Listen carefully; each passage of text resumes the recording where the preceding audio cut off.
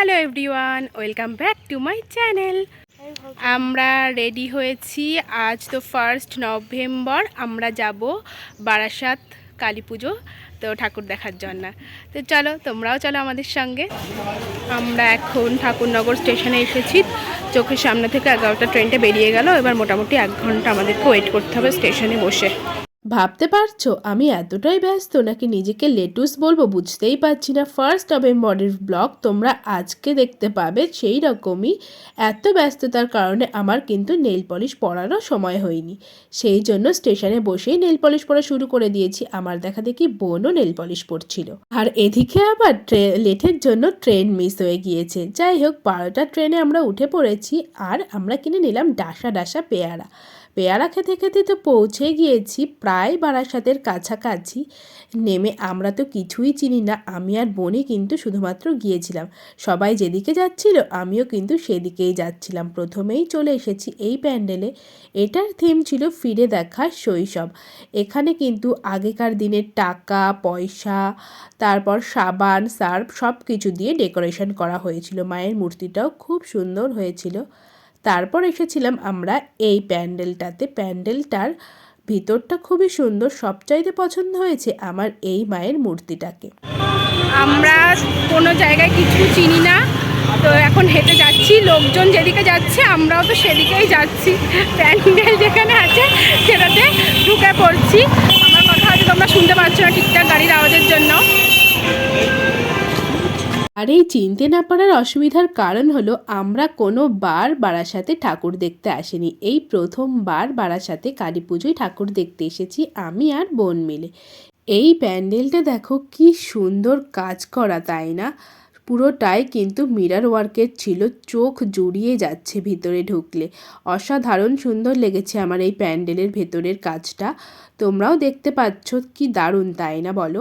এখানে মেইন অসুবিধা হলো অনেকটা ডিস্টেন্সে ঠাকুরগুলো হয়, সেই জন্য হাঁটতে একটু কষ্ট। তোমরা যদি ফ্যামিলিতে অনেকজন মিলে আসো একটা টোটো কিন্তু বুক করে নিতে পারো, তাহলে হয়তো অসুবিধা হবে না।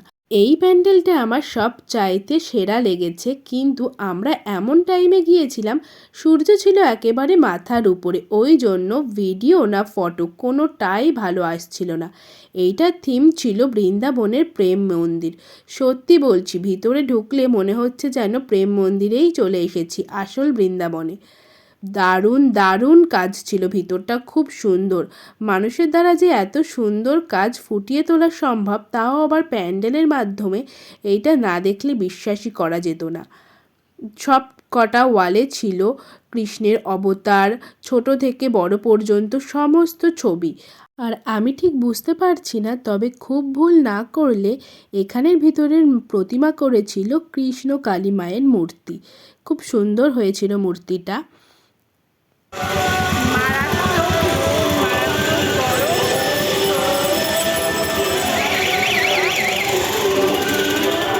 ছিল বেশ রোদ, তো রোদে গরমে বেহাল অবস্থা।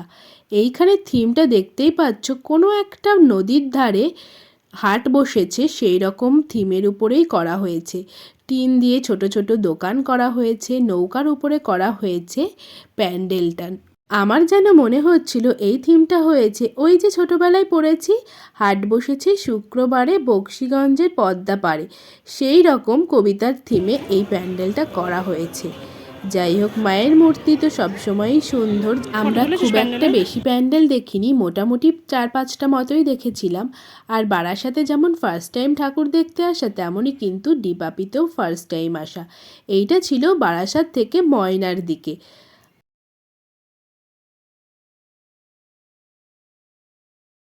আমাদের আগে বিলিং করতে হলো, কেন জানি না। এখানে সিস্টেমটা একটুও ভালো না, বাজে। আগে বিল করে বসে আছি, মনে হয় আধা ঘন্টা মতো তো বসতেই হবে।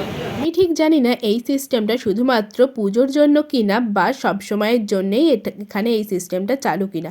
যাই হোক, আমরা মোটামুটি 1 ঘন্টা ওয়েট করার ভিতরে ঢুকতে পেরেছি। আমরা অর্ডার করেছিলাম মাটন বিরিয়ানি, আর পরে নিয়েছিলাম কোল্ড ড্রিঙ্ক।